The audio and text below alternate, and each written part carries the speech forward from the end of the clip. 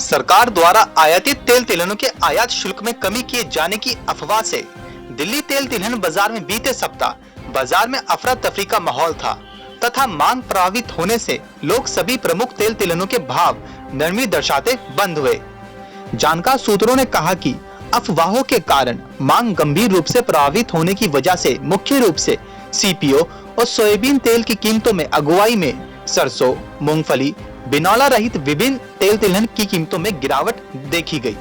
वहीं अफ्रीकी देश मोजाम्बिक ने अपने यहां सोयाबीन के निर्यात को तत्काल प्रभाव से रोक दिया है।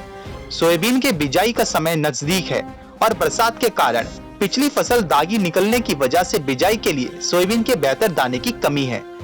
वैसे सरकार ने सोयाबीन के बेहतर बीज की पर्याप्त आपूर्ति किए जाने का आश्वासन दे रखा है, पर किसानों को अभी ये बीज उपलब्ध नहीं हुआ है। हालात ये हैं कि महाराष्ट्र की लातूर मंडी में सोयाबीन की जो आवक 7 से 8 हजार बोरी प्रतिदिन की थी, वह शनिवार को घटकर 4 से 5 हजार बोरी प्रतिदिन रह गई और कीमतों में लगभग 50 रुपए क्विंटल की तेजी है। अगर किसानों को अच्छे बीज नहीं मिले तो सोयाबीन का उत्पादन प्रभावित हो सकता है, जिसकी अगली फसल बेहतर होने की संभावना जताई जा रही थी। अफवाहों के संदर्भ में बाजार के जानकारों ने कहा कि सरकार की ओर से आयात शुल्क कम करने का कोई औचित्य नहीं है, क्योंकि विदेशों में खाद्य तेलों के दाम बढ़ा दिए जाते हैं और स्थिति जस की तस बनी रहती है।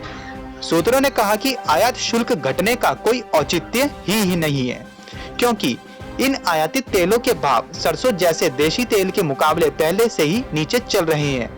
उन्होंने कहा कि इन आयातित तेलों के दाम का कम होना इस बात को साबित करता है कि आयातित तेलों की पर्याप्त आपूर्ति हो रही है, तो ऐसे में आयात शुल्क को और कम करने से कोई अपेक्षित नतीजा नहीं निकल सकता है।